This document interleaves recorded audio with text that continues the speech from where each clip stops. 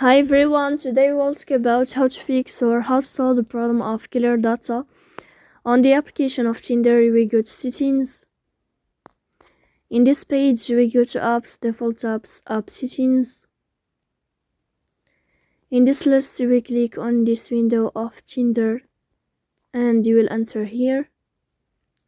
Then this page of app info, we click on first stop and you can click OK. Here you will enter to the window of storage. Then we click on clear cache, but pay attention, don't click clear data because that can delete your account. Here we go to Play Store. You will search about the application of Tinder.